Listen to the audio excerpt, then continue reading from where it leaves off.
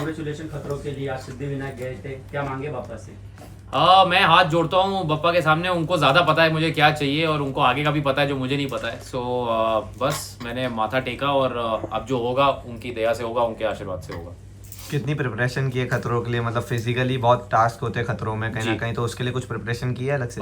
मैं करना चाह रहा था लेकिन थोड़ा सा मैं थोड़ा लेट मैंने शो साइन किया है, तो मेरे पास टाइम कम था और मैं अभी थोड़े से मेरी बाकी इवेंट्स लाइंड अप हैं तो मैं उसके लिए ट्रैवल कर रहा हूँ, तो थोड़ा सा वक्त कम मिला है प्रिपरेशन के लिए, पर ये कोई बहाना नहीं है। एंड आई थिंक मज़ा आने वाला है शो में। वाट तो सबकी लगने वाली है, मेरी अकेले थोड़ी लगेगी, सबकी लगेगी, लेकिन मज़ा ये है कि कैसे उससे आप अपने फियर से, अपने इनिबिशन से कैसे पार पाते हैं, कैसे अपने माइंड को स्ट्रांग रखते हैं। सो आई फील कहीं ना कहीं माइंड की भी ज़रूरत है शो में।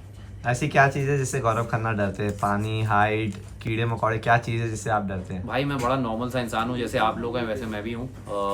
थोड़ी थोड़ी चीज़ से तो वाट सभी की लगती है, लेकिन मुझे सबसे ज़्यादा डर लगता है जब मैं कुछ नया ना कर पाऊँ, because I feel as an actor जब आप कुछ नया करने से डरते हैं, परहेज़ करते हैं, तो आपकी ग्रोथ रुक जाती है। और इसीलिए शायद बिग बॉस के बाद मैं खतरों के खिलाड़ी करना चाहा, बिकॉज ये absolutely out of the box है, कंफर्ट जोन से बाहर है। और पता है कि इसमें कोई मैं एक्सपर्ट नहीं हूँ, लेकिन मैं एक्सपर्ट तो ना बिग बॉस में था ना मैं मास्टर शेफ में था, लेकिन धीरे धीरे सीख गया। इस बार खतरा कितना रहेगा, पहले से कम है ज़्यादा? बहुत ज़्यादा। रोहित सर हैं, ऐसा ऐसा खतरा तो मैंने देखा नहीं है। पहले वाले खतरे तो हम लोग झेल गए, लेकिन ये वाले तो खतरे हैं, ये तो माइंड ब्लोइंग वाले होने वाले हैं, और ये सीज़न बहुत बड़ा होने वाला है, मुझे पता चला। इसमें वाइल्ड एनिमल देखने मिलेंगे? सॉरी, इस वाइल्ड एनिमल्स? हाँ हम लोग वाइल्ड एनिमल सर, मैं आप बात करूँगा, मैं बिल्कुल कोशिश करूँगा कि ऐसा हो। केप टाउन जा रहे हैं, वहाँ पे तो वाइल्ड लाइफ होती है, और मुझे लगता है बहुत सारे वाइल्ड एनिमल टास्क भी होने वाले हैं, तो पता नहीं भाई, काफ़ी टफ होने वाला है। इस बार जो ओल्ड प्लेयर्स है वो भी देखने को मिल रहे हैं, old players versus new player, तो कंपटीशन तगड़ा होगा। मैं बोल रहा हूँ बहुत बड़ा ये सीजन होने वाला है, और इसमें जितने भी नाम आए हैं सब बहुत अच्छे नाम हैं, बड़े बड़े नाम हैं, एंड कहीं तो करके भी आए हैं, तो थोड़ा सा स्लाइट एज होता है उनके लिए, लेकिन ठीक है, उसमें कोई खराबी की बात नहीं है। कल को अगर मैं कोई ऐसा शो करता हूँ जो मैं पहले कर चुका हूँ, तो उसमें मैं कोई गलत नहीं हो जाता। But I think it's a good competition to have. अगर सब अच्छे लोग होंगे तो खुद अच्छा करने का मन करेगा। और फरहाना भी जा रही है, उनका भी नाम आ रहा है। जी जी, बातें हुई उनसे आपसे? नहीं, मेरी अभी बात नहीं हुई है, पर मैं बड़ा खुश हूँ कि मेरे बिग बॉस 19 से कम कोई तो है मेरे अलावा, क्योंकि एक कनेक्ट तो रहता ही है। एंड आई फील अभी अच्छी दोस्त है मेरी, हम मिले भी हैं काफ़ी बार, और मज़ा आएगा उसके साथ गेम खेल के। अगर मेरी कोई मदद लगेगी तो मैं ज़रूर करूँगा। सबसे टफ फाइट कौन दे सकता है आपको, क्योंकि ऑलमोस्ट सारे के सारे कंटेस्टेंट्स की लिस्ट आ चुकी है? जी, मैंने सारे नाम पढ़े, और मुझे लगता है सबसे बड़ा कंपटीशन मेरे लिए मैं खुद हूँ, मेरा दिमाग है। क्योंकि अगर मैं कुछ देख के मेरे दिमाग ने कहा भाई इसमें वार्ड लगनी है मत कर, तो मुझे सबसे पहले उसको हराना होगा, बाकी कंटेस्टेंट बाद में आएंगे। तो I have to fight with my own mind, my own fears, सबसे फोरमोस्ट। ऐसा कौन सा कंटेस्टेंट जो आपको चैलेंज कर सकता है? सारे कर सकते हैं, ऑन अ गुड डे सब अच्छे हैं यार, और on a good day even I can challenge anybody. तो ऐसा कोई फिक्स नहीं है, वो सब ईच इज ओन यार, मुझे पता नहीं, वो सिचुएशन पे डिपेंड करता है भाई। माइंड में कोई तो रहेगा ये बंदा मुझे, मैं बोला ना, मैं अपने दिमाग, मेरा जो है वो सबसे बड़ा कंपटीशन है मेरे लिए, क्योंकि ये जो खतरों का गेम है ये सबसे पहले आपके दिमाग में शुरू होता है। अगर आपका दिमाग पहले से बोल दे कि भाई मैं नहीं कर सकता, मैं पैनिक हो रहा हूँ, तो फिर चाहे कोई भी हो आप वो गेम नहीं कर पाएंगे। तो सबसे पहले मुझे अपने माइंड पे कंट्रोल करना है, तो मैं बोलता हूँ कि सबसे बड़ा कंपटीशन मेरे लिए मेरा माइंड हो। आकांक्षा मैम की क्या प्रतिक्रिया थी? उन्होंने कहा बिंदास करो, चक दे फटे। जिंदगी में पहली बार खतरा कब आया था लाइफ में?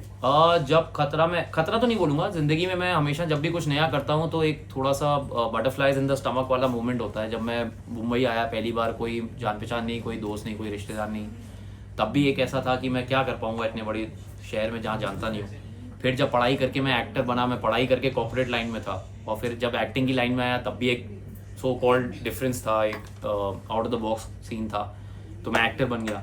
फिर जब डेली सोप करने के बाद इतने साल सडनली रियलिटी शो में गया, तो वो एक डिस्टेंस था मेरे लिए, कि एक डिफरेंस था कि मैं क्या करूँगा, तो वो भी कर गया। अब बिग बॉस के बाद खतरों में जा रहा हूँ, तो एक वही है कि क्या करूँगा, तो उम्मीद है कि इसमें भी ठीक ठाक कर लूँगा। बैक टू बैक 2 ट्रॉफी जीतने के बाद में तीसरे में जा रहे हो, कुछ प्रेशर है? क्योंकि एक रहता है मेंटली, या तो फिर जो फैंस का जो प्रेशर है। फैंस का प्रेशर है, मीडिया का प्रेशर है, लेकिन मैं अपने ऊपर प्रेशर नहीं लेता, क्योंकि पहली 2 ट्रॉफी भी मैं सोच के नहीं गया था कि मैं जीतूंगा। मैं through out the journey of my show मुझे रियलाइज़ हुआ कि हाँ मैं आई कैन डू इट।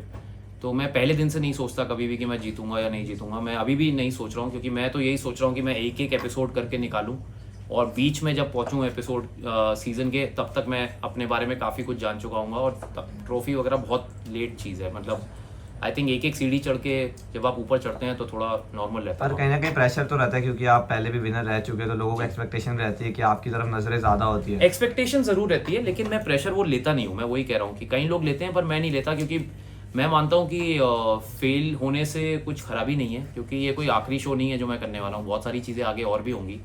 अच्छा होगा, बहुत अच्छा लगेगा।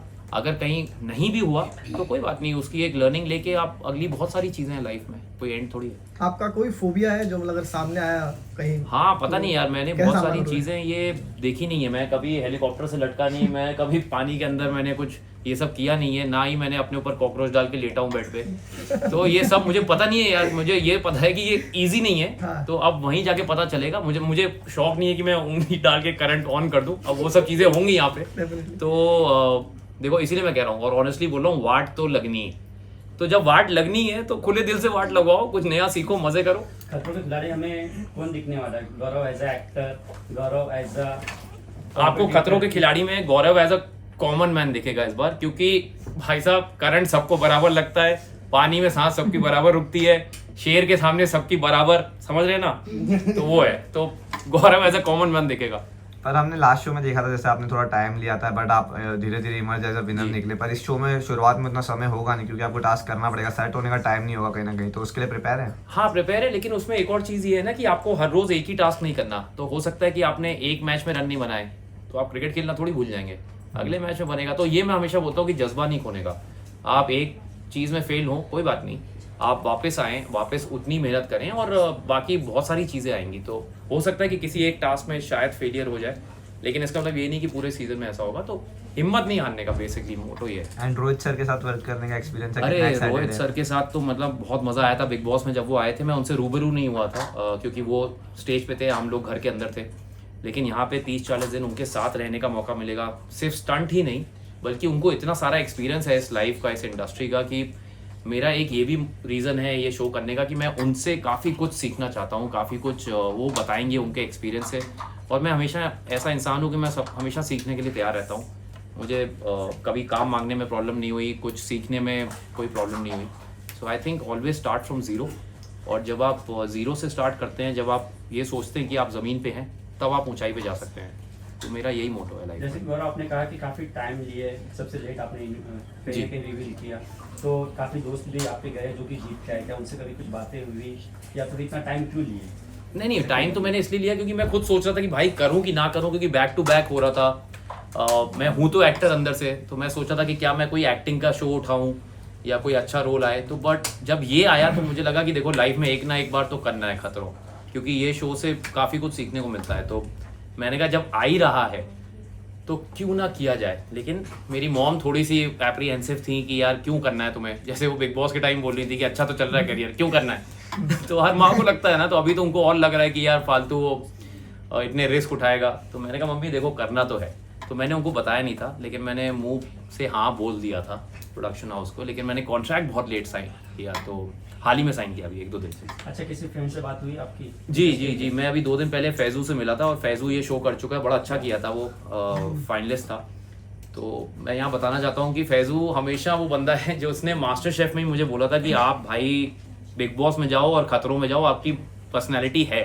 पता नहीं उसने क्या देखा था, क्योंकि उस समय तो मुझे कोई आइडिया नहीं था कि मैं ये सब करूँगा। मैं सोचा था मास्टर शेफ के बाद शायद मैं रियलिटी करूँ या ना करूँ, लेकिन उसने हमेशा मुझे मोटिवेट किया। उसने कहा कि भाई आप ज़रूर जाना। अभी 2 दिन पहले भी उसने यही बोला कि आप जैसे हो, मैं जानता हूँ कि जैसे आप बिग बॉस में थे आप रियल में वैसे ही हो, आप वैसे ही रहना, फोकस्ड रहना, वाट लगेगी लेकिन आप सीख कर ही निकलोगे कुछ। सो मैं वही सोच रहा हूँ, I am not thinking about anything else. Her episode में मैं ट्राई करूँगा कि एक एपिसोड करके आगे बढ़ूँ, क्योंकि अगर आप एक एपिसोड नहीं कर पाएंगे तो फिर आप थोड़ा मेंटली हो जाते हैं ना कि यार पता नहीं पैनिक सिचुएशन आती है। तो आई फील कि it's a good thing to have. और फैजू अच्छा लड़का है, और अगर वो बोल रहा है तो उसने कुछ तो देखा है। कहीं ना कहीं शुरुआत में पापा का आशीर्वाद ले लिया है, फैंस के लिए क्या मैसेज रहेगा जो सपोर्ट करने वाले हैं आपको थ्रू आउट दिस जर्नी? मैं फैंस को यही बोलूँगा कि थैंक यू सो मच। ये शो वोटिंग का नहीं है, लेकिन इसका मतलब ये नहीं कि आप लोग प्यार और ब्लेसिंग्स मुझे ना भेजें, बिकॉज भाई देखो बहुत बड़ी चीज़ होती है पॉजिटिविटी, और आप लोग का साथ होना बहुत ज़रूरी है। और मैं कोशिश करूँगा कि अच्छा हो रिजल्ट, नहीं अच्छा हुआ तो दिल नहीं हारने का, अभी बहुत कुछ लाइफ में है, यहाँ से कुछ अच्छा सीख कर निकलेंगे, कुछ और अच्छा करेंगे, लेकिन अभी आपके प्यार की सख्त जरूरत है और मैं 100% दूंगा। फेल हूँ नहीं हूँ वो सेकेंडरी है, मैं उसके बारे में नहीं सोचता। Thank you thank you so much, thank you so much. Thank you.